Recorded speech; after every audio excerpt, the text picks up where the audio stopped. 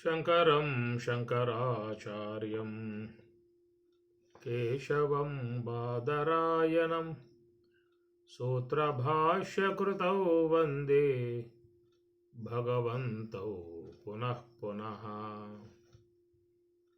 హరలీలావతారాయ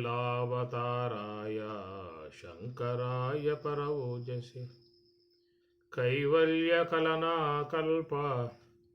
తరవే గురవే నమః. యస్యామిదం కల్పితమింద్రజాలం చరాచరం భాతి మనోవిలాసం సచ్చిత్సుఖైకా పరమాత్మరూపా సాకాశికాహం నిజబోధరూపా. యస్యాం ఇదం కల్పితం ఇంద్రజాలం చరాచరం భాతి మనోవిలాసం. అది ఒక పక్షం. సచ్చిత్సుఖైకా పరమాత్మరూప, సత్తు చిత్తు ఏకా, సుఖ ఏకా పరమాత్మరూప. సాకాశికాహం, సాకాశిక అహం, అహం అంటే నేను. సచ్చిదానందమై ఉన్నటువంటి ఏ పరమాత్మ అయితే ఉన్నదో ఆ పరమాత్మయే అహం, నేను అనేటువంటి విధానము. ఇదొక మరి పారమార్థికముగా ఉన్నటువంటి అంశము. శంకరులే కాదు, శాస్త్రములు కూడా చెప్తున్నటువంటి విషయమే. సర్వం ఏతద్ బ్రహ్మ అయం ఆత్మ బ్రహ్మ అనే మహావాక్యం కూడా మరి మనలో జీవుడనే పేరుతో పిలువబడేటువంటి ఆ స్వరూపం బ్రహ్మమే అని చెప్పనే విధానం. అహం అదే నేనై ఉన్నాను. ఈ విషయాన్ని కొన్ని సిద్ధాంతాలు అంగీకరించడం లేదు. అయ్యా దేవుడు ఎక్కడ, నువ్వెక్కడ, దేవుడికి నీకు సాపత్యం ఎక్కడ, ఆయన వేరు నువ్వు వేరు, ఆయనకు ఉన్నటువంటి స్టేటస్ వేరు, నీకున్న స్టేటస్ వేరు. నువ్వు అల్పజ్ఞుడు, కింశుఘ్నుడు, పరిచ్ఛిన్నుడవు, జనన మరణములు గలవాడివి, మోహ వ్యామోహాలు మునిగిన వాడివి, రాగద్వేషములు గలవాడివి, అజ్ఞాన బద్ధుడవు, భవసాగరములో ఈదేటువంటి వాడవు. నీవెక్కడ? సమస్త విశ్వానికి శాసకుడై, సమస్త దేవతలకు అధినాయకుడై, మోక్షస్వరూపుడై, సమస్త జీవులకు మోక్షాన్ని ప్రసాదించేటువంటి వాడుగా ఉన్నటువంటి ఆయన సర్వజ్ఞుడు, సర్వేశ్వరుడు, సర్వశాసకుడు, సమస్త నియామకుడు, అనేకమైనటువంటి సర్వజ్ఞత్వపు లక్షణాలు కలిగి ఉన్నటువంటి ఆయనకి కించుఘ్నత్వాది లక్షణాలు కలిగినటువంటి యొక్క నీకు ఎక్కడ పోలిక ఉంటుంది? దోమకు ఏనుగకు ఎంత తేడా ఉన్నదో నీకు ఆ దేవుడికి అంత తేడా ఉన్నది. కాబట్టి నీవు నీవే, దేవుడు దేవుడే. నీవెప్పుడూ కూడా దేవుడు అయ్యే పరిస్థితే లేదు అని ఈ ప్రకారంగా కొన్ని సిద్ధాంతాలు చెప్పేటువంటి విధానము. ఈ ప్రకారముగా అనాదిగా ఈ విషయం మీద పెద్ద వాదోపవాదులు, పెద్ద చర్చలు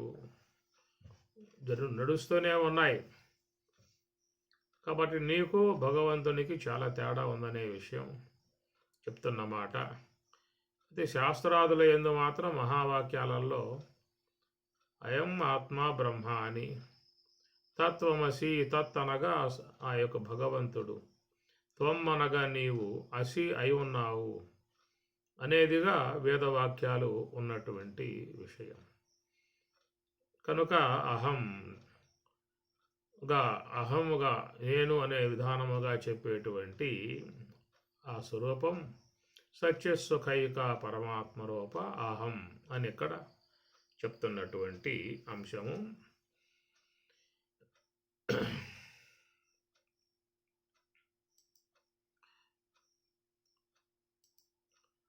అయం పర్వతః వహ్నిమాన్,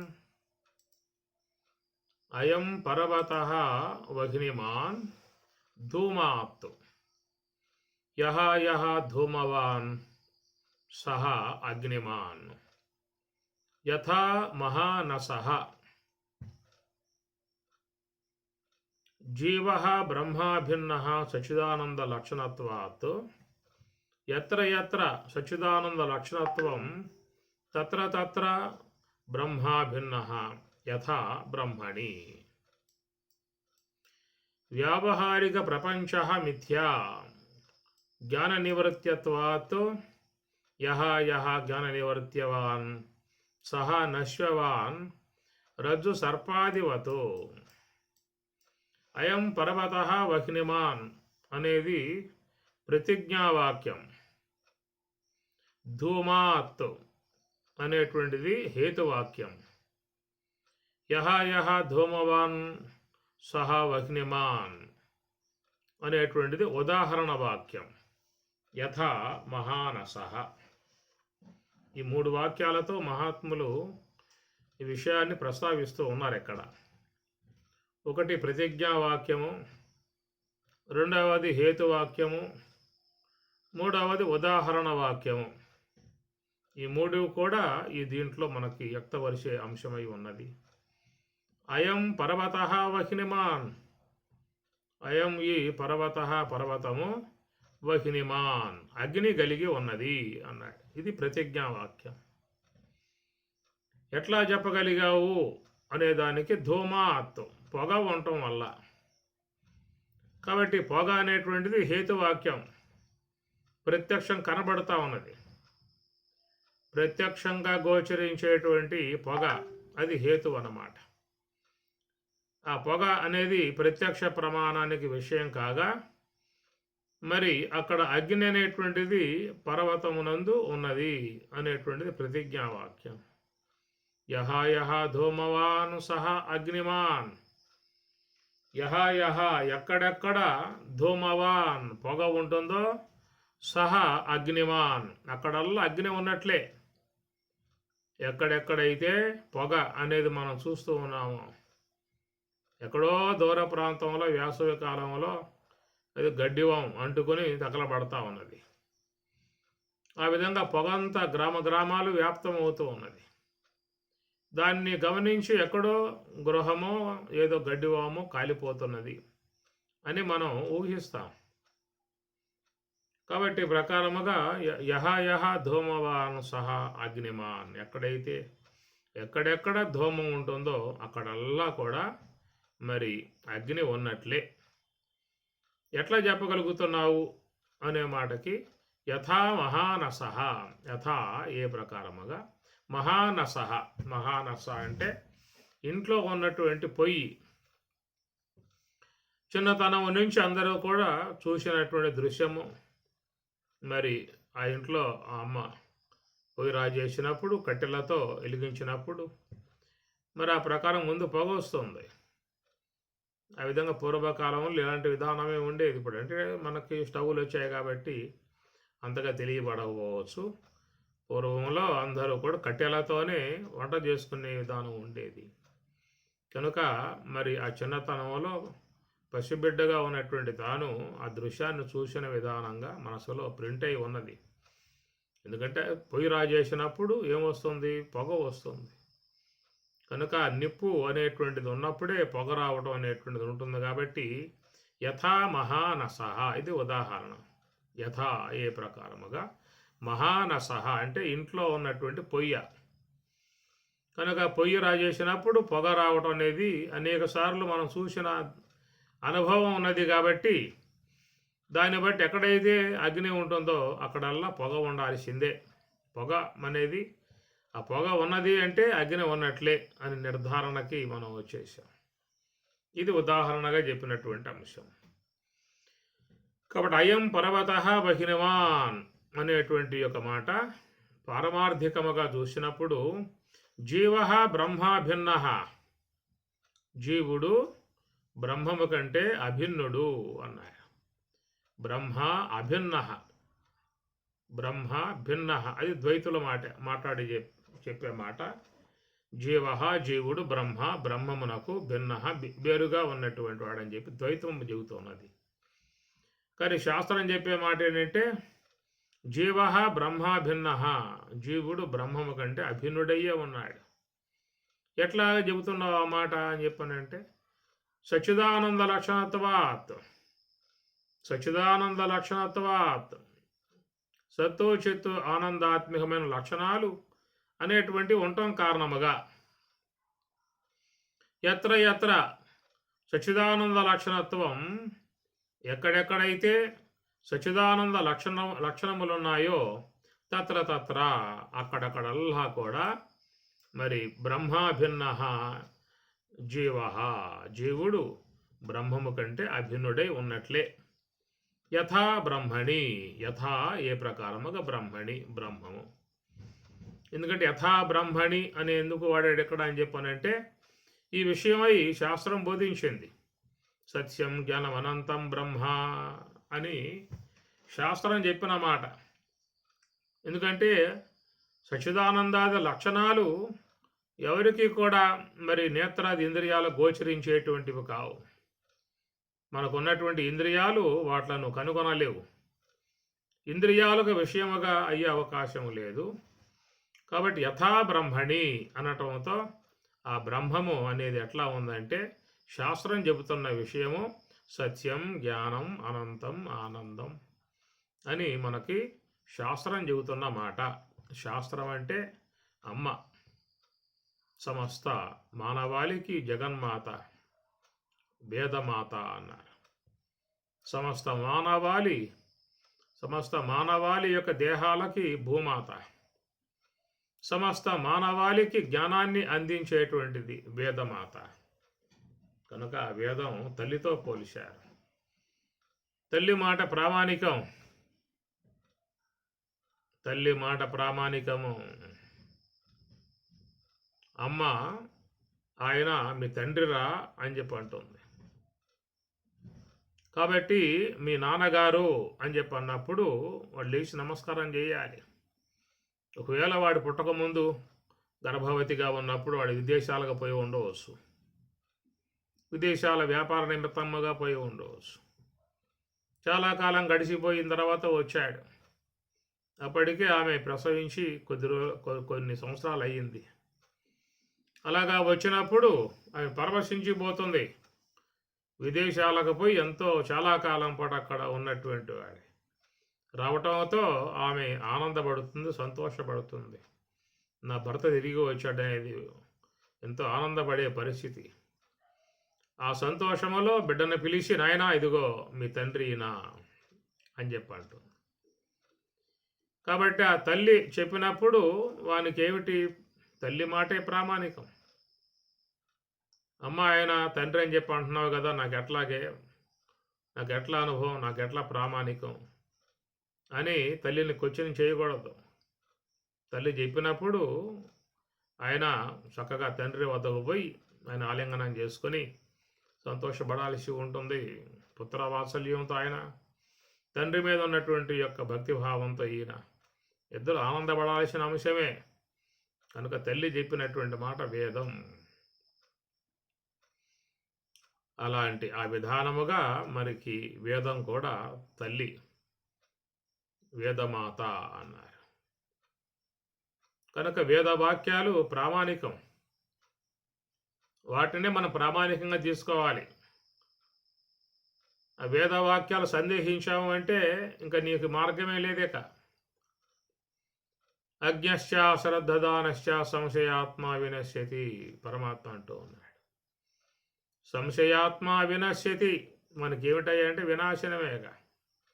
అజ్ఞశ్చ అశ్రద్ధదానశ్చ, ఎవరు శాస్త్రం పట్ల నమ్మకం లేదో, విశ్వాసం లేదో వానికి ఏమిటయ్యా అంటే వినశ్యతి, వాడు చెడిపోవటమే, అధోగతికి పోవటమే, అజ్ఞాన కోపంలో పడిపోవటమే, భవసాగరంలో మునిగిపోవటమే.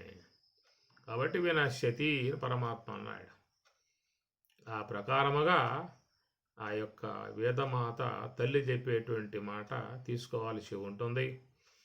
అందువల్ల భగవంతుడు ఎవరికి కూడా తెలియబడేవాడుగా లేడు, చాలా సుదూర విధానముగా ఉన్నాడు. ఎంత సుదూరము అని చెప్పనంటే, అష్ట ఆభరణాలకు అవతల ఉన్న విధానం. భూమిరాపో వనలో వాయు ఖం మనో బుద్ధిరేవ చ అహంకార ఇతి యమ్మే భిన్నా ప్రకృతి అష్టదా. 8 విధములుగా ఉన్నటువంటి ప్రకృతి, భూమి, జలము, అగ్ని, వాయువు, ఆకాశం, అహంకార తత్వం, మహాతత్వం, అవ్యక్త తత్వం ఏవైతే ఉన్నాయో వీటన్నింటికీ కూడా అవతల ఉన్నటువంటి స్వరూపం. అవతల అంటే ఇవన్నీ ఆవరణాలుగా ఉన్నాయన్నమాట. ఆ ప్రకారం నిగూఢముగా వ్యక్తం కాకుండా ఎంతో దూరముగా ఉన్నటువంటి స్వరూప విషయాన్ని ఎవరు చెప్పాలి? మహాకారణం, శుద్ధ సాత్విక బ్రహ్మాకార వృత్తి, ఓంకార స్వరూపిణి జగన్మాత, ఆమె చెప్పాల్సింది వేదమాత. వేదమాత ప్రచోదయంతి పవనే ద్విజాత ఆయు పృథివ్యాం ద్రవిణం బ్రహ్మవర్చసం మహ్యం దత్వా ప్రజాతం బ్రహ్మలోకం.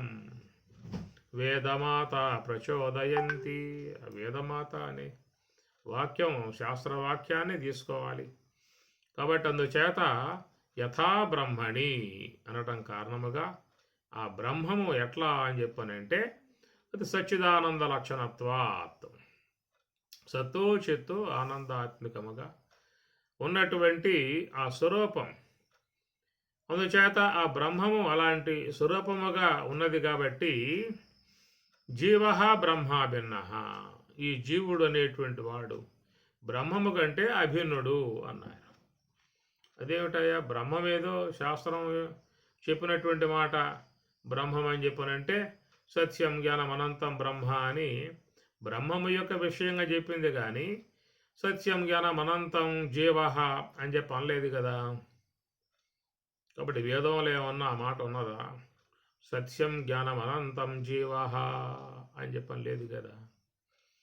కాబట్టి బ్రహ్మము యొక్క విషయం చెప్పడం జరిగింది. సత్యం జ్ఞానం అనంతం బ్రహ్మ అని బ్రహ్మము యొక్క విషయం చెప్పింది. చెప్పినప్పుడు మరి ఈ జీవుడు బ్రహ్మము అని చెప్పని అంటానికి ఎట్లాగా అనేటువంటి సందేహం ఇక్కడ. ఎట్లాంటి సందేహము అంటే దానికి ప్రతిజ్ఞావాక్యములో చెప్పిన మాట ఏంటంటే అయం పర్వత వకినిమాన్ను ధూమాతో. ఆ పర్వతము అగ్ని కలిగి ఉన్నది. అగ్ని కనపడటం లేదు. ఎందువల్ల? ఎక్కడో పర్వత శ్రేణుల్లో పర్వతం ఆ యొక్క కొండల మాటున అగ్ని ఏదో రగులుతూ ఉన్నది. కానీ మనకు కనపడేది ఏమిటంటే పొగ, ధూమాతో పొగ కనబడతా ఉన్నది. ఆ పొగను మనం చూసి మరి అక్కడే ఉన్నాం, బ్రహ్మం అనేది ఉన్నది అన్నారు. ఒకటి ప్రతిజ్ఞావాక్యం, రెండవది హేతువాక్యం. కాబట్టి హేతువాక్యముగా ఉన్నటువంటి పొగ కనబడతా ఉన్నది, అగ్ని కనబడటం లేదు. ఇది 2 అంశాలు ఎక్కడ. అట్లా మనకు అనుభవములో ఉన్నటువంటి యొక్క అంశము జీవ లక్ష్యార్థముకు ప్రత్యేగాత్మ. మన ఇంద్రియాల గోచరించకుండా ఉన్నటువంటి స్వరూపమేమో బ్రహ్మము. అందువల్ల బ్రహ్మము అనే దానికి ఏం చెప్పారు ఇక్కడ? అయం పర్వత వకినిమాన్. అది పర్వత మాటున ఎట్లా అగ్ని ఉన్నదో ఆ ప్రకారముగా అష్టావరణముల మాటున బ్రహ్మమున్నది. పర్వత శిఖరముల మాటున ఎట్లా అగ్ని మరుగు అవతల ఉన్నదో అట్లాగా అష్టాభరణముల యొక్క మాటున బ్రహ్మమున్నది. అయితే ఆ ఉన్నటువంటి ఆ బ్రహ్మం ఎట్లాంటిదని చెప్పనంటే సచ్చిదానంద లక్షణత్వాత్. ఆ బ్రహ్మము సత్తు చిత్తు ఆనందాలు కలిగి ఉన్నదనే మాట శాస్త్రం చెబుతున్న విషయం. మరి ఆ బ్రహ్మం సత్తు చిత్తు ఆనందములు కలిగి ఉన్నటువంటి విషయముగా తెలుసుకోవటానికి మనకెట్లా సాధ్యమవుతుంది? శబ్ద ప్రామాణికం, శబ్ద ప్రమాణం, వేద ప్రమాణమును అనుసరించి ఉన్నటువంటి అంశము మనకట్లా తెలియబడుతుంది. మరి మన ఇంద్రియాలు ఆ బ్రహ్మం దాకా పోగలుగుతాయా? వావ్. నత్ర చక్షురు గచ్చతి, నవాక్కు గచ్చతి, నో మనో నవిద్మో నవిజానీమో. శాస్త్రం చెప్పేసింది. నత్ర చక్షురు గచ్చ, తత్ర ఆ బ్రహ్మం వద్దకి చక్షుహు కన్ను నతత్ర చక్షురు నగచ్చతి పోలేదు. ఒక నేత్రేంద్రియం చెప్పడం వల్ల జ్ఞానేంద్రియాల మొత్తానికి వచ్చే అంశం అది. నవాక్కు గచ్చతి, వాక్కు కూడా అక్కడ దాకా పోలేదు అన్నాడు. నో మనో, మనస్సు కూడా పోలేదు అన్నాడు. మరి ఈ ప్రకారముగా ఉన్నటువంటి సెన్సెస్ అవి అక్కడ దాకా పోలేవు అని చెప్పిన మాట చెబుతూ ఉన్నప్పుడు మరి ఎట్లాగా అనేటువంటి విషయానికి ఇక్కడ చెప్పిన మాట అయం పర్వత వకినిమాన్, ఆ పర్వతం యొక్క మాటున అగ్ని ఉందనేటువంటి విషయము. అట్టనే ఈ యొక్క 8 అష్టావరణముల యొక్క మాటున ఈ బ్రహ్మం ఉందనేటువంటి విషయము. అయితే ఏం చెప్పారు ఎక్కడ అంటే ధూమాత్, ఇది హేతువాక్యం. అక్కడ ధూమం అనేది మనకేంటంటే ప్రత్యక్షంగా కానవస్తూ ఉన్నది. ఇక్కడ గ్రహించాల్సిన అంశం ఏంటంటే ఒక మరి ద్రాష్టాంతికం అర్థం చేయటానికై దృష్టాంతాన్ని అందిస్తారు. అనగా ఉపమేయమును తెలియజేయటానికి ఉపమానమును అందిస్తారు. ఆ ఉపమానములో ఎంతవరకైతే చెప్పడం జరిగిందో అంతవరకే విషయం గ్రహించాలే తప్ప దాన్ని మళ్ళా పెడ అర్థములు తీయకూడదు.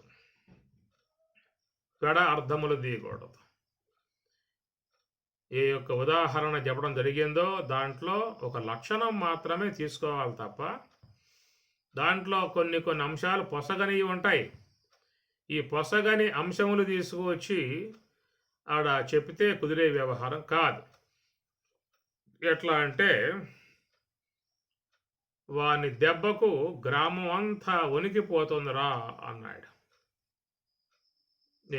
వాని దెబ్బకు గ్రామం మొత్తం వణికిపోతుంది అన్నటువంటి మాట. ఏమయ్యా వణికిపోతే గ్రామం మరి గృహాలు పడిపోవటం లేదా, డాబాలు పడిపోవటం లేదా, చెట్లు కోలటం లేదా అన్న అర్థం తీయకూడదు. గ్రామం వనకటం అని చెప్పానంటే వాడంటే ఆ గ్రామస్తులకు భయం అన్న విషయం తీసుకోవాలి తప్ప గ్రామం వణుకుతుందట, వణికితే మరి చెట్లు కోలవా, ఇండ్లు పడిపోవా, డాబాలు నిలబడతాయా అన్న భావాలకు పోకూడదు. దాంట్లో ఉన్న అర్థం ఏంటంటే అతడంటే గ్రామస్తులకు మహాభయము అన్నటువంటి విషయం.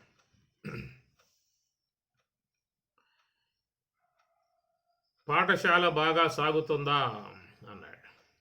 బ్రహ్మాండంగా సాగుతుందండి, ఎలాంటి సందేహమే లేదు, బ్రహ్మాండంగా సాగుతుంది అన్నాడు. ఎంత సాగుతుంది రోజుకి? 3 జానెడా బారెడా ఎంత సాగుతుంది అని చెప్పి అడిగితే జవాబు ఏం చెబుతాడు?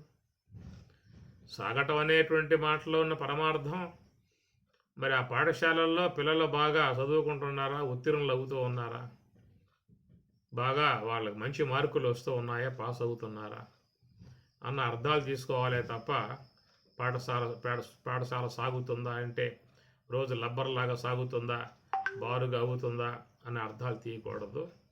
కాబట్టి ఉదాహరణగా ఇచ్చిన అంశంలో అంతవరకు తీసుకోవాలి తప్ప వేరే భావాలకు పోకూడదు. అయం పర్వత వహినిమాన్ అనడం కారణముగా అగ్ని కనపడేదిగా లేదనే మాటకి బ్రహ్మము కూడా ఈ అష్ట ఆవరణాలకి అవతల ఉన్న అంశం కాబట్టి అది కూడా కనబడేదిగా లేదు. కనబడుతుంది ఏమిటని చెప్పినట్టు ధూమం పొగ కనబడతా ఉంది. అట్లాగా జీవ బ్రహ్మాభిన్న అనే దాంట్లో ఇది ప్రతిజ్ఞావాక్యము.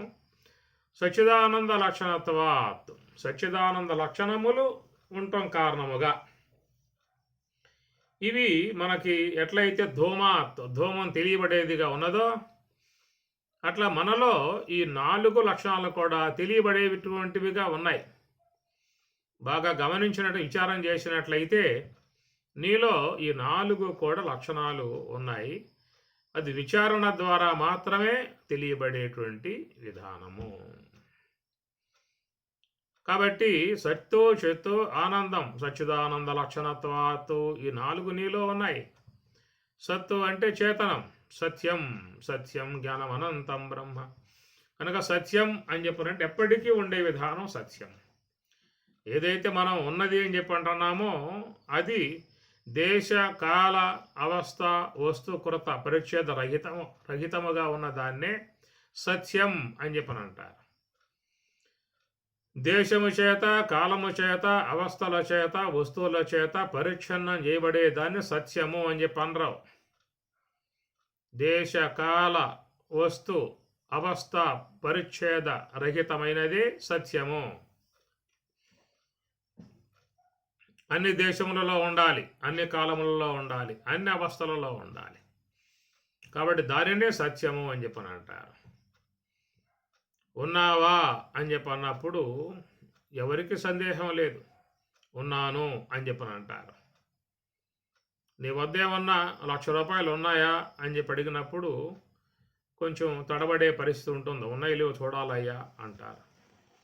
కానీ నువ్వు ఉన్నావా అనే మాటకి తడబాటేమి లేదు.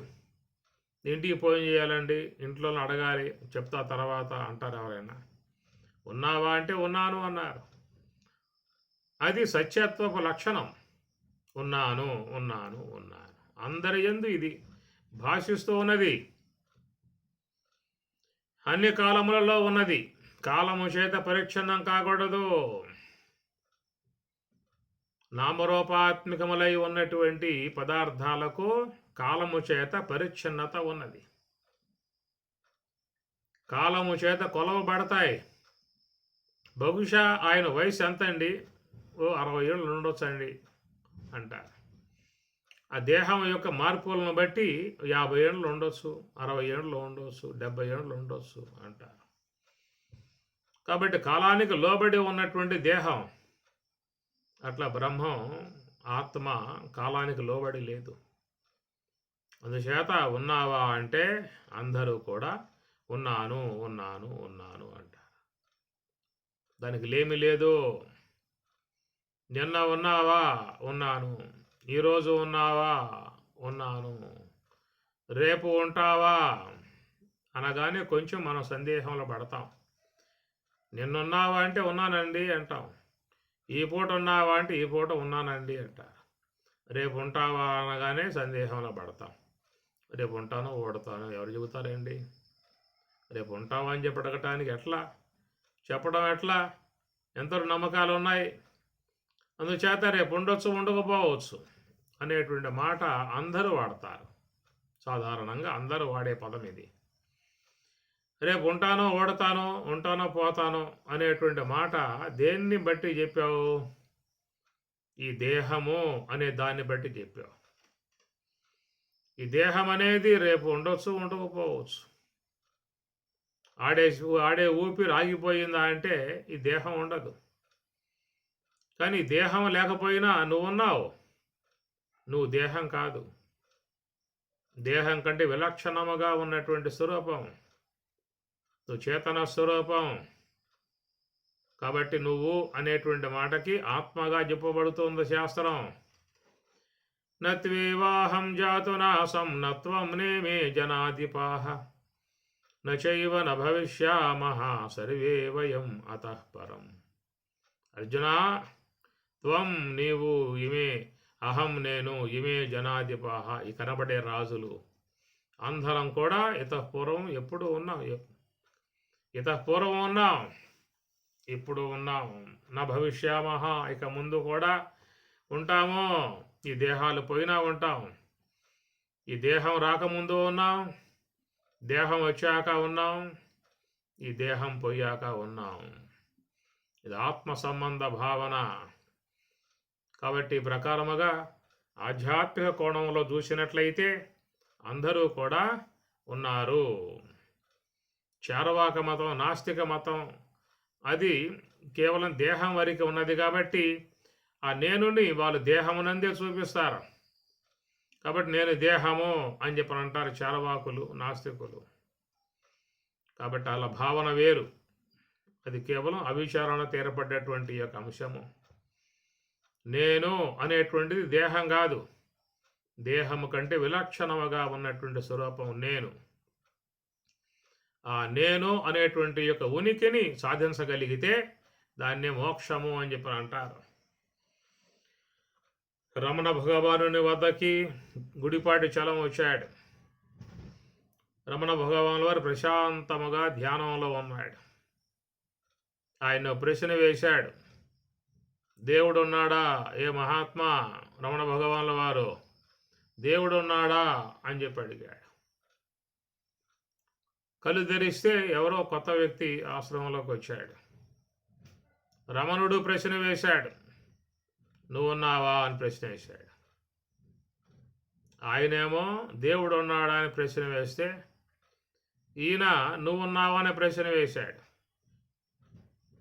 ఆయనకు ఆ ప్రశ్న తిక్క ప్రశ్నగా అనిపించింది. నువ్వున్నావా అని చెప్పి అడగటం ఏమిటి? ఎదురుగా కనబడుతూ ఉండగా నువ్వున్నావా అని చెప్పి అడగటం ఏమిటి? దేవుడు ఉన్నాడా అని అంటే ప్రశ్న ఆయన కనపడే విధానంగా లేదు కాబట్టి అసలు ఉన్నాడో లేడో. కాబట్టి ఆ విషయమై ప్రతి ఒక్కరూ సందేహించే అవకాశం ఉన్నది. భగవంతుని విషయము అందరూ కూడా సందేహించే అవకాశం ఉన్నది. ఎంత భక్తులుగా ఉన్నటువంటి వారు కూడా కొన్ని సందర్భాలలో కొన్ని ఇబ్బందులు పడ్డప్పుడు అసలు దేవుడు ఉన్నాడు అంటారా అనేటువంటి మాట కూడా వస్తుంది. అది గజరాజు ఆయన కూడా సందేహించిన అంశమే కదా. కలడందురు దీనులయడ కలడందురు పరమయోగి గణముల పాలన్ కలడందు అన్ని దిశలన్ కలడు కలండనెడు వాడు కలడో లేడో, అసలు ఉన్నాడు ఆయన అనేటువంటి సందేహం కష్టాల్లో ఉన్నప్పుడు, బాధల్లో ఉన్నప్పుడు, సాధారణంగా ఎంత ఆస్తికులుగా విశ్వాసపరులుగా ఉన్నటువంటి వాళ్ళకు కూడా సందేహం వస్తుంది. ఉన్నావా అసలున్నావా అనే పాట కూడా మీరు వినుంటారు. కాబట్టి ఈ ప్రకారంగా భగవంతుని విషయంలో అందరూ సందేహించే విధానం ఉంటుంది మహర్షి. కాబట్టి దేవుడు ఉన్నాడని చెప్పనేది ప్రశ్న. ఆ ప్రశ్న అడగటం, దాని సమాధానం చెప్పడమే ఉండాలి. తెలిస్తే చెప్పండి, లేకపోతే తెలియకపోతే తెలియదు అనే మాట ఒప్పుకోవాలి. ఎందుకంటే చలం అతి హేతువాది నాస్తికుడు కనుక ఆయన ఆశ్రమానికి వచ్చాడు కారణ విధానం వల్ల. కాబట్టి మీరు ఏ యొక్క దేవుడు ఉన్నాడనే విషయంగా మీకు తెలిసి ఉంటే దాని విషయం చెప్పాలి. అంతే తప్ప నువ్వు ఉన్నావని ఎదురు ప్రశ్న వేసి ఈ చేయటం ఏంటండి అనేటువంటిదిగా ఆయన కొంచెం బాధపడ్డాడు. రమణ భగవానుల వారు శాంతముగానే సమాధానం చెప్పాడు. ఎందుకయ్యా ఆవేశం? నువ్వు ఒక ప్రశ్న వేశావు, నేను ఒక ప్రశ్న వేశాను. కనుక నీ ప్రశ్నకు జవాబు రావాలంటే నా ప్రశ్నకు జవాబు రావాలి. నా ప్రశ్నకు జవాబు వస్తే నీ ప్రశ్నకు జవాబు వచ్చినట్లే అన్నాడు. కనుక చెప్పు, దానికేముంది? ఉన్నావా అని చెప్పి అడిగాను, ఉన్నాను అను, లేదా లేను అని చెప్పని అంటావా? ఏదో మాట చెప్పాలగా. కనుక ఉన్నావా అని అడిగినప్పుడు ఉన్నాను అనేటువంటి మాట వాడతావా? వాడు చూద్దాం అనగానే ఆయన కూడా ఉన్నాను అని చెప్పని అన్నాడు. మరి ఉన్నాను అని చెప్పి అంటున్నావు కదా, అసలు నువ్వు ఎలా ఉన్నావు? ఎక్కడ ఉన్నావు? ఏ రూపకంగా ఉన్నావు? ఏ పరిస్థితులలో ఉన్నావు? ఈ దేహము నీవా? దేహం కంటే ఇంక విలక్షణముగా ఉన్నావా? ఎవరు నీవు అసలు? అది విచారించావు ఎప్పుడన్నా? సాధారణంగా ఈ దేహాన్ని పట్టుకుని, ఈ దేహం యొక్క ఆకారం చూసుకుని, ఈ దేహమే నేనుగా భావించుకొని నేను ఉన్నాను అని చెప్పి అంటూ ఉన్నావు. ఈ దేహమే నీవైతే మరి నేను దేహం అని చెప్పని అంటావా? నా దేహం అంటావా? నా శరీరం అస్వస్థతగా ఉన్నది, నా శరీరం బలహీనంగా ఉన్నది అంటున్నావు కదా. ఆ శరీరం యొక్క స్థితిగతులు నువ్వు తెలుసుకుంటూ ఉన్నావు. ఒకవేళ ఈ దేహమే నేననే పక్షంగా అన్నట్లయితే నువ్వు నిద్రపోయిన సమయంలో ఈ దేహం ఉన్నదా? దేహం ఉంటే నీకు నిద్ర అనేది ఎట్లా వస్తుంది? కనుక ఆ దేహం అనేది పూర్తిగా జడమైపోయింది. నిద్ర సమయంలో శరీర స్పర్శ లేదు, శరీర స్పృహ లేదు. గాఢంగా నిద్రపోయినటువంటి వాళ్లకు ఆ దేహం యొక్క సంబంధమే లేదు. మరి ఆ దేహముతో ఎలాంటి సంబంధం లేకుండా ఉన్నటువంటి ఒక అవస్థ నిద్రావస్థ. మరి ఆ నిద్రావస్థలో నువ్వు లేవా? లేచిన తర్వాత అంటావు కదా, ఆహా నాకేం తెలియకుండా పోయిందండి, చాలా హాయిగా ఉన్నాను, ఆనందంగా ఉన్నాను, సంతోషంగా ఉన్నాను అనే మాటల్లో ప్రతి ఒక్కరూ ఉదయం లేచిన తర్వాత వాడే మాటే. బాగా నిద్ర పట్టింది, చాలా హాయిగా ఉన్నది, చాలా సంతోషంగా ఉన్నది అంటే. మరి అనుభవం ఎవరికి కలిగింది? దేహానికి కలిగిందా, నీకు కలిగిందా? దేహానికి కలిగిందని చెప్పి అంటారా? దేహం జడమయ్యింది, దానికేం తెలియదు, మొద్దులాగా పడిపోయింది. కానీ లోపల అనూహ్యముగా ఉన్నటువంటి ఏదో సత్తా మాత్రముగా ఉన్నది. అలాంటి ఆ స్థితిలో నేను ఉండిపోయి చాలా ఆనందించాను అని చెప్పని అంటారు. కనుక లోపల హృదయాంతరాలలో చూసినట్లయితే ఎక్కడో ఉన్నటువంటి కలుక్కుమని చెప్పనంటూ ఆ ఉనికి, అహం యొక్క ఉనికి నీకు భాషిస్తూ ఉన్నది. అందువల్ల రమణ భగవానుల వారు ఎక్కువగా నేనుని విచారించు అని చెప్పని అంటారు. నేనుని విచారించు అంటాడు. ఆ ప్రకారముగా చూసినట్లయితే మరి ఆ నేను అనేటువంటిది సత్తా మాత్రమే ఉన్నది. నిద్రా సమయంలో ఈ దేహం పడిపోయింది, దేహము నేను అన్నట్లయితే నీకు నిద్రపోయాక ఏం తెలియకూడదు. చాలా హాయిగా ఉన్నాను, ఆనందంగా ఉన్నాను, సంతోషంగా ఉన్నాను అనేది తెలియకూడదు. దేహం అనేది నేనని చెప్పి అన్నట్లయితే ఆ దేహం పడిపోయిన తర్వాత ఏ స్వప్నములైతే వస్తూ ఉన్నాయో ఆ స్వప్నములు కూడా నీకు కనపడకూడదు. ఈ స్వప్నములు అనేటువంటివి దేహమును ధరించి ఉన్నప్పుడు వస్తాయా? దేహమును వదిలిన తర్వాతే స్వప్నాలు వస్తాయి.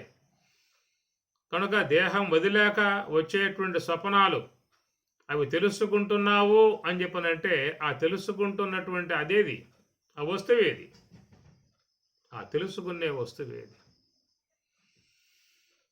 కనుక ఈ ప్రకారముగా చూసినప్పుడు నువ్వు లోపల ఎక్కడో ఉన్నటువంటి ఉనికి నీకు అర్థమవుతుంది.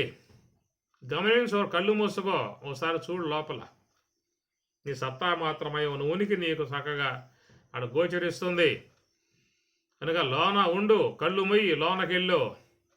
లోనకు పోతే నీకు చూస్తే మనసు అనే వస్తువు అది చేసే ఆలోచనలు, బుద్ధి అనే వస్తువు అది చేసే నిశ్చయాలు, అహంకారం అనే వస్తువు అది చేసే నిశ్చయాలు, ఇవన్నీ నీకు తెలియబడుతూ ఉన్నాయి. నా మనస్సు బాగా ఉందండి ఈ పూట అంటాడు, నా మనసు ఈ పూట బాగా లేదండి అంటాడు, నా మనసు చాలా చికాగ్గా ఉందండి అంటాడు, నా మనస్సు చాలా ఆనందిస్తూ ఉందండి అంటాడు. నా మనస్సు, నా మనస్సు, నా మనస్సు, నేను మనస్సును కాను. నేను మనస్సు అని చెప్పి ఎవరు చెప్పరు, నా మనస్సు అంటారు. కనుక రూపరహితమై ఇంద్రియ అగోచరమై ఉన్నటువంటి మనస్సే నీకు తెలియబడుతుంది అని చెప్పనంటే మరి ఆ మనసును తెలుసుకునేటువంటి వాడికి రూపం ఉందా? మనసుకి ఏ రూపం ఉన్నది? మనసు లేదా? నాకు మనస్సు లేదు అని చెప్పని అంటారా? నాకు బుద్ధి లేదు అని చెప్పని అంటారా? ఒకవేళ నాకు మనస్సు లేదు అనే మాట ఏమో వాడొచ్చేమో కానీ నాకు బుద్ధి లేదు అనే మాట ఎవరో వాడరు. బుద్ధి ఉన్నవాడు ఎవరో వాడరు. కాబట్టి ఈ ప్రకారముగా ఆ ఉన్నటువంటివి మనస్సుకి రూపం లేదు, బుద్ధికి రూపం లేదు, తెలివికి రూపం లేదు. ఆ రూపరహితమై ఉన్నటువంటి వాట్లను తెలుసుకునేటువంటి వాడికి రూపం లేదు. ప్రాణం ఉన్నదా అంటే ఏమంటారు? ప్రాణం ఉందండి అంటారు. మరి ఆ యొక్క ప్రాణం ఉందనే విషయంలో చూసి చెబుతున్నావా, చూడక చెబుతున్నావా? ఎవరో కూడా ప్రాణం లేదనే మాట వాడరు, ప్రాణం ఉన్నది అనే మాట వాడతారు. మరి ఆ ఉన్నటువంటి ప్రాణం నీకు కనబడిందా? కనబడే నువ్వు ఉందని చెప్పి అంటూ ఉన్నావా? అది కనపడదండి, కనపడదు, అది కనపడకపోయినా ఉన్నది. కాబట్టి ఆ ప్రకారంగా ఇంద్రియ గోచరం కావట్ల ప్రాణం రూపరహితమై ఉన్నది ప్రాణం. ఆ రూపరహితమై ఉన్నటువంటి ప్రాణమునకు ప్రాణమై ఉన్నటువంటి లోన చేతనం, మరది అది కూడా రూపరహితమై ఉన్నటువంటి స్వరూపమే. అందుచేత లోపల అంతరాలలోకి ప్రవేశించినట్లయితే చాలా అద్భుతాలు తెలియబడే అవకాశం ఉంటుంది. అట్లాగా ఆ నేనుని అన్వేషణ చేస్తూ లోనకు పోయినటువంటి వారు ఎన్నో మహిమలు కూడా పొందారు. అణిమ, గరిమ, లఘిమ, ప్రాప్తి, ప్రాకామ్యం, ఈశత్వం, వశత్వం అలాంటి ఎన్నో మహిమలు పొందారు, మహత్తులు పొందారు, దివ్యత్వములు పొందారు. అవన్నీ కూడా అక్కడ ప్రాప్తించే విధానం ఉంటుంది లోనికి పోయినప్పుడు. కాబట్టి ప్రకారముగా ప్రాణమునకు ప్రాణముగా, మనస్సుకు మనస్సుగా, ఈ మాటలు కేనోపనిషత్తులో వస్తాయి. చక్షుషః చక్షుః, ప్రాణస్య ప్రాణః, మనః మనః, అతిముచ్య ధీరాః. ప్రాణస్య ప్రాణః, చక్షుషః చక్షుః, మనః మనః. మనస్సుకు మనస్సుగా, బుద్ధికి బుద్ధిగా, తెలివికి తెలివిగా, ప్రాణానికి ప్రాణముగా, అన్నింటికీ కూడా ఆధారముగా ఉన్నటువంటి లోపల సత్తా మాత్రమై ఉన్న స్వరూపము. ఆ సత్తా మాత్రమై ఉన్నటువంటి స్వరూపాన్ని విచారణ చేసినట్లయితే నీకు దాంట్లో ఎంతో గొప్ప అంశం గోచరించే అవకాశం ఏర్పడుతుంది అని ప్రకారముగా రమణ భగవానుల వారి మాటలు విన్నప్పుడు ఆయన కొంచెం ఆలోచనలో పడ్డాడు. నిజమే కదా, ఇంతకాలం నేను ఈ కనపడేటువంటి దేహమే నేనుగా భావించుకుంటూ ఉన్నాను, కానీ ఈ దేహం నిద్రా సమయంలో పడిపోతున్నది. దాని స్పృహే లేదు, స్పర్శే లేదు ఆ దేహానికి. దాని యొక్క విధానం లేకుండా ఉన్న సమయంలో కూడా నేను ఉన్నాను. స్వప్నములు వస్తే అవి చూసేవాడుగా ఉన్నా, స్వప్నములు ఆగిపోతే అన్కాన్షియస్, అది కూడా నేను తెలుసుకుంటూ ఉన్నా. కనుక తెలుసుకునేటువంటిది లోపల ఏది, అది ఏదై ఉన్నది, ఏ సత్తా మాత్రమై ఉన్నది, దాన్ని ఏమంటారు అనేటువంటి విషయముగా ఆలోచనలో పడ్డటువంటి విధానం చెప్పారు. రమణ భగవాన్ వారు చెప్పారు, నాయన తొందరపడమాక, చెప్పిన అంశాన్ని బాగా అధ్యయనం చేసుకో, పోయి రూములో కూర్చుని విచారించి రేపు పొద్దున రా అన్నాడు. కాబట్టి ప్రకారంగా చూసినట్లయితే ఉన్నాను అనేటువంటి యొక్క ఉనికి నీకు అన్నింటి యందు భాషిస్తూ ఉన్నది. రేపున్నావా అన్నప్పుడు సందేహం కలిగింది. ఎందువల్ల అంటే ఈ దేహం నేననే భావన ప్రగాఢముగా అందరికీ కూడా ఏర్పడింది. కాబట్టి రేపుంటావా అని చెప్పి అన్నప్పుడు ఎవరైనా సందేహపడే అవకాశం ఉంటుంది. కానీ విచారించినప్పుడు రేపు కూడా ఉన్నాను. ఏదై ఉన్నాను? చేతన స్వరూపుడున్నై ఉన్నాను. కాబట్టి రేపు అనేది కూడా పోతుంది. నిన్న పోయింది, ఈరోజు పోతుంది, రేపు వచ్చేది కూడా పోతుంది. నేను పోను. నిన్న ఉన్న నేను ఈ పూట ఉన్నాను, ఈ పూట ఉన్న నేను రేపు ఉన్నాను. నిన్న ఈ పూట లేదు, ఈ పూట రేపు ఉండదు. లేనితనం వాటికి ఉన్నది, ఆ లేనితనం నాకు లేదు. నిన్న ఈరోజు లేదు, ఈరోజు రేపు లేదు అన్న విధానంలో నిన్న ఉన్న నేను ఈ పూట లేను, ఈ పూట ఉన్న నేను రేపు ఉండను అంటామా? ఒకవేళ అలాగా చెప్పినట్లయితే నిన్న ఉన్న నేను ఈ పూట లేనని చెప్పి అన్నట్లయితే నిన్న ఏ యొక్క విషయం నీకు జ్ఞానం కలిగిందో, ఏ ఏ విషయాలు నీవు ఆస్వాదించావో, ఎక్కడెక్కడ సంచరించావో, ఎవరెవరితో సంచరించావో, ఏ గ్రామంలో సంచరించావో, ఎవరితో ఉండి వాళ్ళతో మాట్లాడావో, అవన్నీ నీకు ఈ పూట జ్ఞాపకం ఉండకూడదు. నిన్నతో పాటు నీవు కూడా అంతరించినట్లయితే మళ్ళా ఈ పూట ఎట్లయితే నిన్న అంతరించి ఈ పూట ఆవిర్భావమైనట్లుగా నిన్న నేను అంతరించి ఈ పూట ఆవిర్భావం అయ్యాను అని చెప్పి అన్నట్లయితే నిన్నటి సంగతి నాకు ఈ పూట తెలియకూడదు, కానీ తెలుస్తుంది. కారణం ఏంటంటే నిన్న ఉన్న నేనే ఈ పూట ఉన్నా కాబట్టి నిన్న ఏవైతే చూశానో, విన్నానో, తిన్నానో, కన్నానో అవన్నీ నాకు ఈ పూట జ్ఞాపకం ఉన్నాయని చెప్పనంటే నిన్న ఉన్న నేనే ఈ పూట ఉన్నాను. ఈ పూట ఉన్నటువంటి నేను రేపు ఉన్నాను. ఎందుకంటే నాకు నాశనం లేదు, ఆత్మస్వరూపం నాశనం లేదు. శరీరం అనే దేహం పోతే పోవసుగాక నాకు వినాశనం లేదు. కాబట్టి ప్రకారముగా ఉన్న అంశాన్ని సద్దు వస్తువు అని చెప్పని అంటారు. కాబట్టి కాలము చేత పరిచ్ఛిన్నము కాదు. నిన్న ఉన్నా, ఈ పూట ఉన్నా, రేపు ఉంటా, పోయిన వారంలో ఉన్నా, ఈ వారంలో ఉన్నా, వచ్చే వారంలో ఉన్నాను, పోయిన నెలలో ఉన్నా, ఈ నెలలో ఉన్నా, వచ్చే నెలలో ఉన్నాను, పోయిన దేహములో ఉన్నాను, ప్రస్తుతం ఈ దేహములో ఉన్నాను, రేపు రాబోయే దేహంలో కూడా ఉన్నాను. ఆ ఉన్నాను అనే దానికి లేమి లేదు, లేమి చెప్పే అవకాశం లేదు. ఆ ప్రకారముగా ఉన్నటువంటి స్వరూపమే నీవు. కనుక కాలము చేత పరిచ్ఛిన్నము కానటువంటి విధానము. రెండవది అవస్థ పరిచ్ఛేదరహితం. అవస్థ పరిచ్ఛేదరహితము. అవస్థల చేత నువ్వు పరిచ్ఛిన్నుడువు కావు. జాగ్రత్త అవస్థలో ఉన్నాను, స్వప్నావస్థలో ఉన్నాను, సుషుప్తి అవస్థలో ఉన్నాను. ఆ ఉన్నటువంటి యొక్క నాకు లేమి లేదు. జాగ్రత్త అవస్థ భాషించింది. ఈ జాగ్రత్త స్వప్నంలో లేదు. స్వప్నం అనేది నిద్రా సమయంలో భాషించింది, అది సుషుప్తిలో లేదు. సుషుప్తి అనేది జాగ్రత్త అవస్థలో లేదు. కనుక ఉండుట లేమి అనేది అవస్థల విషయంలో ఉన్నది. నేను మాత్రం అన్ని అవస్థలలో ఉన్నాను. జాగ్రత్త అవస్థలో ఉన్న నేనే స్వప్నంలో ఉన్నాను, స్వప్నావస్థలో ఉన్న నేనే సుషుప్తి అవస్థలో ఉన్నాను, సుషుప్తి అవస్థలో ఉన్న నేనే జాగ్రత్త అవస్థలో ఉన్నాను.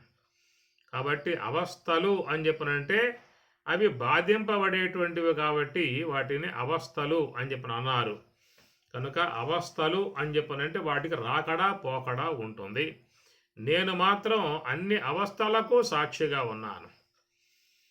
ఒకవేళ జాగ్రత్త అవస్థ అనేది స్వప్నావస్థలో అంతరించినట్లుగా జాగ్రత్త అవస్థలో ఉన్న నేను అంతరించి స్వప్నావస్థలో ఆవిర్భావం అయినట్లయితే, ఒకవేళ స్వప్నావస్థలో ఉన్నటువంటి యొక్క నేను స్వప్నావస్థలో అంతరించి మళ్ళా సుషుప్తి అవస్థలో ఆవిర్భావం అయినట్లయితే, ఆ సుషుప్తి అవస్థలో ఉన్న నేను సుషుప్తి అవస్థలాగా అంతరించి మళ్ళీ జాగ్రత్త అవస్థలో ఆవిర్భావం అయినట్లయితే మనకు అవస్థా సంబంధమై ఉన్నటువంటి జ్ఞానం ఉండటానికి వీల్లేదు. నిద్రించినప్పుడు మరి ఆ యొక్క స్వప్నావస్థలో ఏ అనుభవం కలిగిందో ఆ స్వప్నం యొక్క సంబంధ విధానం గల అనుభవం పొందేవాడు స్వప్నం వరకే ఉన్నాడు. స్వప్నావస్థ పోగానే ఆయన కూడా అంతరించాడు, అనగా తైజస్సుడు అంతరించాడు. జాగ్రత్త అవస్థకు వచ్చినప్పుడు అక్కడ విశ్వడు అనేటువంటి వాడు ఆవిర్భవించాడు. కాబట్టి తైజస్సుడు అంతరించి విశ్వడు వల్ల ఆవిర్భవించినప్పుడు తైజస్సునికి సంబంధమై ఉన్నటువంటి యొక్క స్వప్నానుభవము విశ్వనికి ఎట్లా కలిగే అవకాశం ఉంటుంది? నిద్రా సమయంలో స్వప్నంలో ఉన్నప్పుడు ఆయన్ని తైజసహ అన్నారు. అదే సుషుప్తి అవస్థలో ఉన్నప్పుడు ప్రాజ్ఞుడు అని చెప్పిన అన్నారు. అదే జాగ్రత్త అవస్థలో ఉన్నట్లయితే విశ్వడు అని చెప్పిన అన్నారు. కాబట్టి స్వప్నావస్థలో ఉన్నటువంటి తైజస్సుడు అంతరించాడు అన్నప్పుడు జాగ్రత్త అవస్థలో ఉన్నటువంటి విశ్వనికి స్వప్నావస్థలో భాషించినటువంటి యొక్క స్వప్నం తెలియటానికి వీల్లేదు. మనం పొద్దున్న లేచిన తర్వాత నిద్ర పట్టింది, నాకు మంచి స్వప్నం వచ్చింది, ఆ స్వప్నంలో దేవదేవుణ్ణి దర్శించుకున్నాను, మా తండ్రి గారిని దర్శించుకున్నాను, మా తల్లి గారిని దర్శించుకున్నాను, మా మిత్రులతో మాట్లాడుకోవడం జరిగింది అనేటువంటివి చెబుతున్నావు అని చెప్పనంటే స్వప్నంలో ఉన్న నీవే జాగ్రత్తలో ఉన్నటువంటి వాడివి కాబట్టి. కనుక జాగ్రత్త అవస్థలో ఉన్నటువంటి యొక్క దేహం స్వప్నావస్థలో లేదు. స్వప్నావస్థలో ఉన్నటువంటి యొక్క సూక్ష్మ దేహం సుషుప్తి అవస్థలో లేదు. కనుక సుషుప్తి అవస్థ అనేటువంటిది జాగ్రత్త అవస్థలో లేదు. ఈ ఉండుట లేమి అనేది అవస్థల యందు ఉన్నది. కానీ నీవు మాత్రం జాగ్రత్త అవస్థలో ఉన్న నేనే స్వప్నంలో ఉన్నా, స్వప్నంలో ఉన్న నేనే సుషుప్తిలో ఉన్నా, ఆ సుషుప్తిలో ఉన్న నేనే జాగ్రత్త అవస్థలో ఉన్నాను. ఆ ఉన్నాను కాబట్టి సుషుప్తి అనుభవాన్ని చెబుతూ ఉన్నాం, జాగ్రత్త అనుభవాన్ని చెబుతూ ఉన్నాం, స్వప్న అనుభవాన్ని చెబుతున్నాము. అంటే ఆ మూడు అవస్థలలో నేననేటువంటి దానికి లేమి లేదు. ఎట్లా ఉన్నానంటే ఆ ఎట్లా తెలుసుకునేవాడినిగా ఉన్నా కాబట్టి మూడు అవస్థల చేత నేను బాధింపబడేవాడిని కాను. కానీ ఆ 3 అవస్థలు మాత్రం నా అధిష్టానములో కదులుతూ ఉన్నాయి, మరు క్షణములో లేకుండా పోతూ ఉన్నాయి. కనుక ఆ 3 అవస్థలు జడం, జడాత్మికమై ఉన్నటువంటి యొక్క 3 అవస్థలకు నేను చేతనమై వాటికి ఆధారముగా ఉన్నాను. జాగ్రత్త అవస్థ ఉన్నది అంటే నా యొక్క అధిష్టానములో ఉన్నది. స్వప్నావస్థ ఉన్నది అంటే నా అధిష్టానములో ఉన్నది. సుషుప్తి అవస్థ ఉన్నది అంటే నా అధిష్టానములో ఉన్నది. నా యొక్క ఆధారం లేకపోయిందా అంటే ఈ 3 అవస్థలకు ఉనికి లేదు. కాబట్టి ప్రాణానికి కూడా ఉనికి లేదు, ఈ దేహానికి కూడా ఉనికి లేదు. దేహం అనేది నా యొక్క అధిష్టానమునందే అది చేతనవంతముగా వ్యవహరిస్తూ ఉన్నది. ప్రాణము అనేది నా అధిష్టానమునందే అది కూడా కదులుతూ ఉన్నది. రోజుకు 21,600 సార్లుగా సంచారం చేస్తుందని చెప్పనంటే దానికి ఆధారం నేనే. మనస్సు ఆలోచనలు చేస్తుందంటే నా అధిష్టానంలో చేస్తూ ఉన్నది. బుద్ధి నిశ్చయిస్తుందంటే నా అధిష్టానంలో చేస్తూ ఉన్నది. అహంకారం అభిమానిస్తుందని చెప్పనంటే నా యొక్క అధిష్టానములో చేస్తూ ఉన్నది. ఇట్లా సర్వాధిష్టానమై ఉన్నటువంటి యొక్క నేను సత్తా మాత్రమై ఉన్నాను. నేను అవస్థల చేత బాధింపబడే విధానం కాదు. కాలము చేత బాధింపబడను, అవస్థల చేత బాధింపబడను. అన్ని కాలములలో ఉన్నాను, అన్ని అవస్థలలో ఉన్నాను. కానీ లోకములో ఉన్నటువంటి దేహాలు మాత్రం ఒక కాలములో ఉంటాయి, ఒక కాలములో ఉండవు.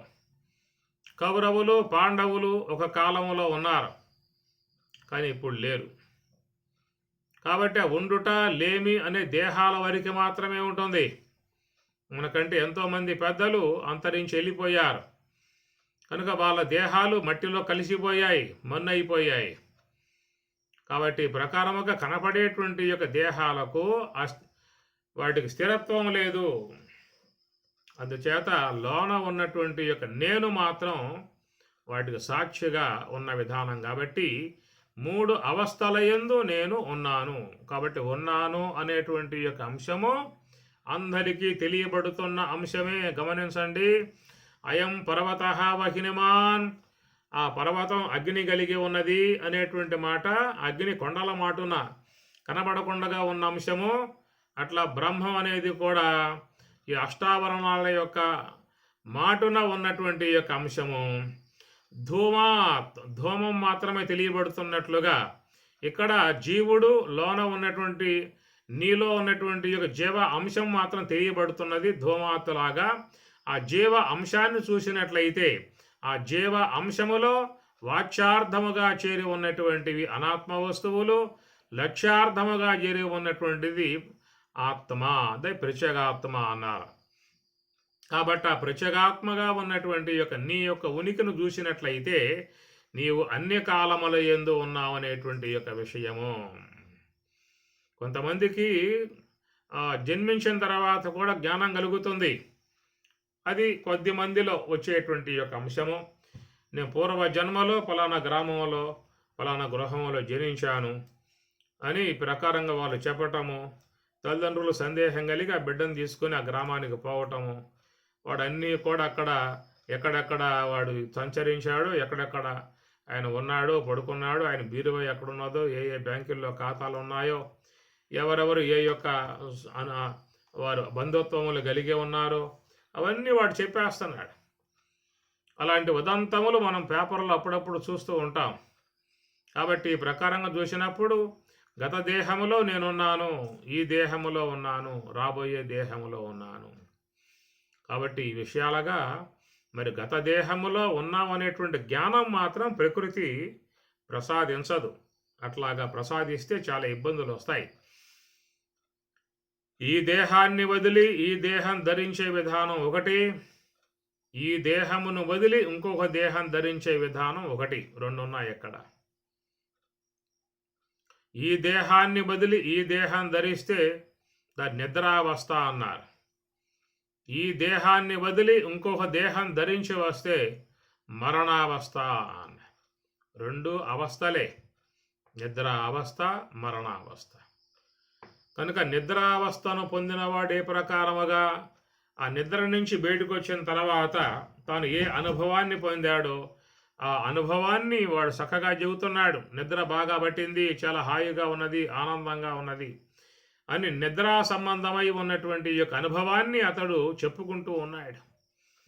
కానీ మరణ సంబంధమైన నిద్ర, అది గాఢ నిద్ర, దీర్ఘ నిద్ర, ఆ మరణ సంబంధమైన నిద్రను పొంది తిరిగి మరలా ఇంకొక దేహం ధరించి లోకంలోకి వచ్చినప్పుడు తత్సంబంధమై ఉన్నటువంటి యొక్క అంశాన్ని చెప్పుకునే అవకాశం లేదు. అది సృష్టి నియమాలలో ఒక నియమం. అట్లాగా ఈ దేహము నుండి ఎడబడి ఇంకొక దేహం ధరించి వచ్చినప్పుడు వానికి ఆ గతములో ఉన్నటువంటి యొక్క అనుభవం కలగటానికి వీల్లేదు. కలిగితే చాలా ఇబ్బందులు వచ్చేపాటి పరిస్థితి ఉన్నది. కనుక ఈ దేహమును వదిలి ఈ దేహమును ధరిస్తే నీవు ఆ గతాన్ని చెప్పుకోవచ్చు. కానీ ఈ దేహమును వదిలి ఇంకో దేహం ధరించి వస్తే మాత్రం ఆ గత సంబంధమై ఉన్న స్పృహ లేకుండా చేయటం ప్రకృతి నియమాలలో ఒక నియమం అన్నమాట. కాబట్టి ఈ ప్రకారముగా ఈ ఉన్నాను అనేటువంటి యొక్క సత్తా మాత్రమై ఉన్నటువంటిది అందరికీ తెలియబడుతున్న అంశము. దాన్ని ఇక్కడ ఉదాహరణ హేతువాక్యముగా ధూమాత్, ఇది హేతువాక్యము, ఇది హేతువాక్యము. ధూమం తెలియబడే అంశము కాబట్టి హేతువాక్యము. అయం పర్వత వకినిమాన్, ఇది ప్రతిజ్ఞావాక్యము. ఇది తెలియబడేదిగా లేదు కాబట్టి అగ్ని ప్రతిజ్ఞావాక్యము. అది శాస్త్రం చెప్తున్న మాట. ఏమి సచ్చిదానంద లక్షణత్వా జీవ బ్రహ్మ భిన్న, శాస్త్రం చెప్పే మాట. తత్వమసి మహావాక్యము. తత్వత్వం అసి, తత్తనగా ఆ బ్రహ్మము, త్వం నీవు అసి అయి ఉన్నావు అనేది ఇది ప్రతిజ్ఞావాక్యము. తత్తనగా బ్రహ్మము, తత్పద లక్ష్యార్థం బ్రహ్మము, త్వంపద లక్ష్యార్థం ప్రత్యేగాత్మ, తత్పద వాచ్యార్థం ఈశ్వరుడు, త్వంపద వాచ్యార్థం జీవుడు. కాబట్టి ప్రకారముగా తత్ అనేటువంటి యొక్క మాట బ్రహ్మమునకు వాడబడుతుంది. కిం తద్బ్రహ్మ అని అర్జునుడు అడుగుతాడు 8వ అధ్యాయంలో. కిం తద్బ్రహ్మ, తత్ అంటే బ్రహ్మం.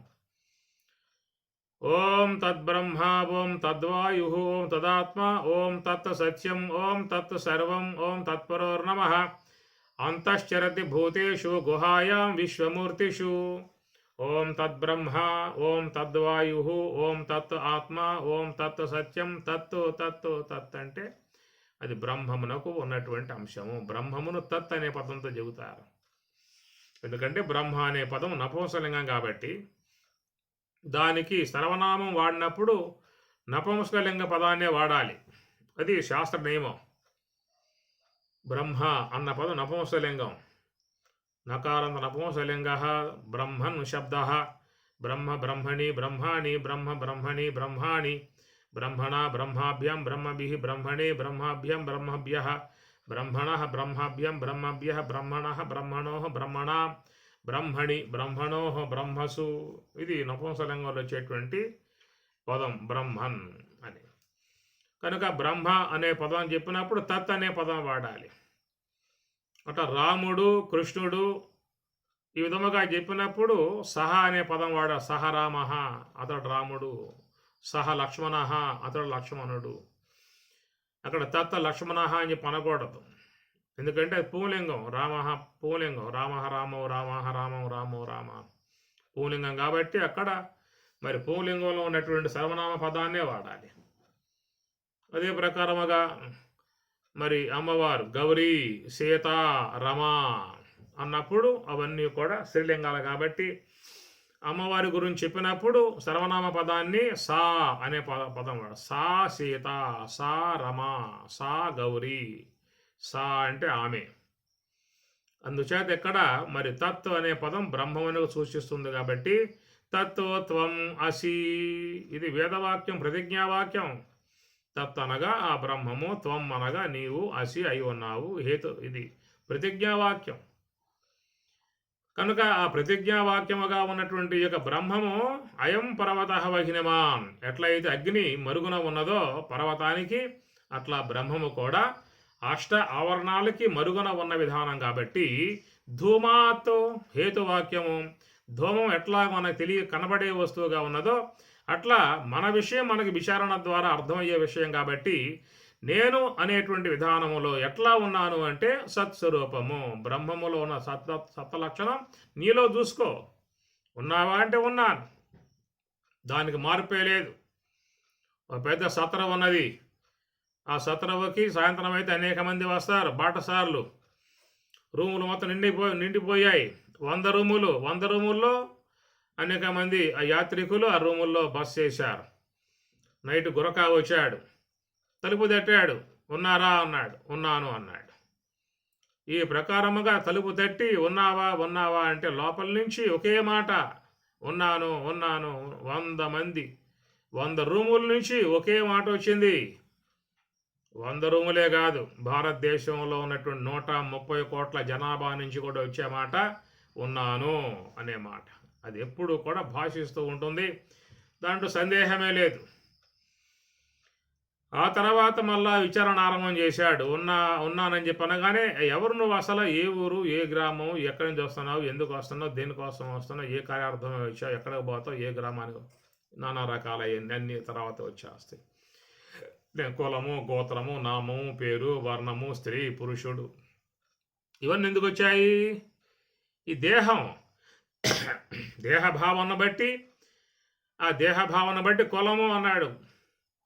కులము, మతము, వర్ణము, నానా రకాలైనటువంటివన్నీ కూడా వస్తాయి. కానీ ఆ నేను అనేటువంటి దాంట్లో మాత్రం ఏకత్వమే ఉంటుందన్నమాట. నిండార రాజు నిద్రించు నిద్రయునొకటి, అండనే బంటు నిద్ర అదియునొకటి, మెండైన బ్రాహ్మణుని మెట్టు భూమి ఒకటే, చండాలుడుండేటి సరి భూమి ఒకటే. ఆ భూమి మీద భటుడు నిద్రపోతూ ఉన్నాడు, రాజు పడుకునే ఉన్నాడు, బ్రాహ్మడు ఉన్నాడు, చండాలుడు పడుకునే ఉన్నాడు. ఆ పడుకునే ఉన్నప్పుడు లోన ఉన్నటువంటి సత్తాత్వానికి ఏదన్నా తేడా ఉందా? నిద్ర లేచిన తర్వాత ఎట్లా ఉన్నారా మీరు నలుగురు? బ్రహ్మాండంగా ఉన్నామండి, ఆనందంగా ఉన్నాం, లోపల మాకేమి తెలియపట్లేదు. అక్కడ నీ కులం ఏమిటి, గోత్రం, నామాలు ఏమిటి, అక్కడేమి లేవు. నిద్రపోయిన తర్వాత కులము, గోత్రము, నామం అక్కడేమి లేవు. లేచాక వస్తాయి, ఈ దేహం ధరించాం కాబట్టి. ఒకే ఒక్క అనుభవములో నలుగురు ఉన్నారు అక్కడ. నిండార రాజు నిద్రించు నిద్రయు ఒకటి, అండనే బంటు. లోనగా పోయాక ఏముంటుంది అక్కడ? సత్తా మాత్రమే ఉన్నాననేటువంటి మాటే. బయటకు వచ్చాక రాజు, బంటు, బ్రాహ్మడు, క్షత్రియుడు, వైశ్యుడు, శూద్రుడు ఇవన్నీ కూడా బయట దేహాన్ని బట్టి వస్తున్నాయి. కాబట్టి ఆ లోన ఉన్నటువంటి యొక్క స్వరూపం చూసినట్లయితే సత్తా మాత్రము ఉన్నాను.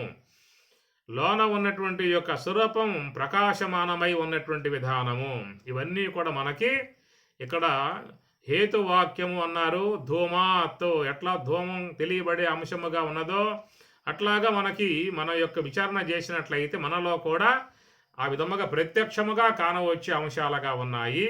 కాబట్టి ఇక్కడ ఈ విషయం చెప్తూ అయం బ్రహ్మ జీవ బ్రహ్మాభిన్న అనేటువంటి యొక్క ప్రతిజ్ఞావాక్యము ద్వారా మనకి ఈ విషయాన్ని అందిస్తున్నటువంటి విషయం, దాన్ని కొంత పరిశీలన చేద్దాము.